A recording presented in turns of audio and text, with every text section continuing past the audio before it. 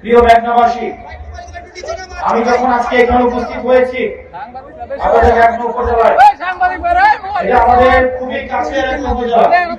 আমার ভাই দেবিদ্দার এখান থেকে খুবই কাছের, আমরা একই এলাকার মানুষ। আমার মা বোনেরা আজকে এখানে উপস্থিত আছেন। আপনাদের সবাইকে আজকে একটা বিষয়, আজকে যখন আমরা এখানে উপস্থিত হয়েছি, আমরা বিভিন্ন জায়গায় দেখতে পাচ্ছি যে আজকের প্রোগ্রামে অনেকেই বলছেন এই সরকারের অনেক গুণ, 3 মাসে 4 গুণ। এখন এই বিষয়গুলো আমরা বলতে চাই না। আমরা এত তাড়াতাড়ি এসব বলতে চাই না। এত উপজেলায় 3 মাসের 4টা যদি খুন হয়, স্বরাষ্ট্রমন্ত্রী আসলে কি করেন?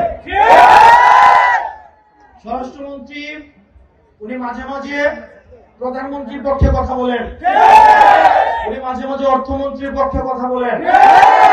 আসলে ওনার মন্ত্রণালয় নিয়েই মনে হয় ওনার কোনো চিন্তা নাই।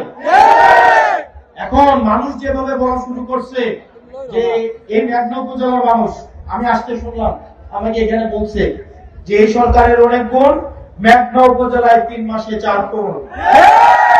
এই যে আমি আজকে আসলাম, মানুষ যে ব্যানারে ব্যানারে বলছে বিচার চাই, স্ত্রী তার স্বামীর হত্যার বিচার চাচ্ছে, সন্তান তার বাবা হত্যার বিচার চাচ্ছে, মা তার সন্তান হত্যার বিচার চাচ্ছে।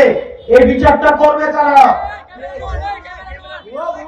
আমরা অত্যন্ত দুঃখের সাথে এবং পরিতাপের সাথে দেখতে পাচ্ছি আইন শৃঙ্খলার যে অবনতি হচ্ছে, এই ধারা যদি অব্যাহত থাকে তাহলে এই সরকারের প্রতি মানুষের আস্থা দিন দিন যেভাবে তলানিতে ঠেকছে, কিছুদিনের মধ্যেই এই আস্থা নাই হয়ে যাবে।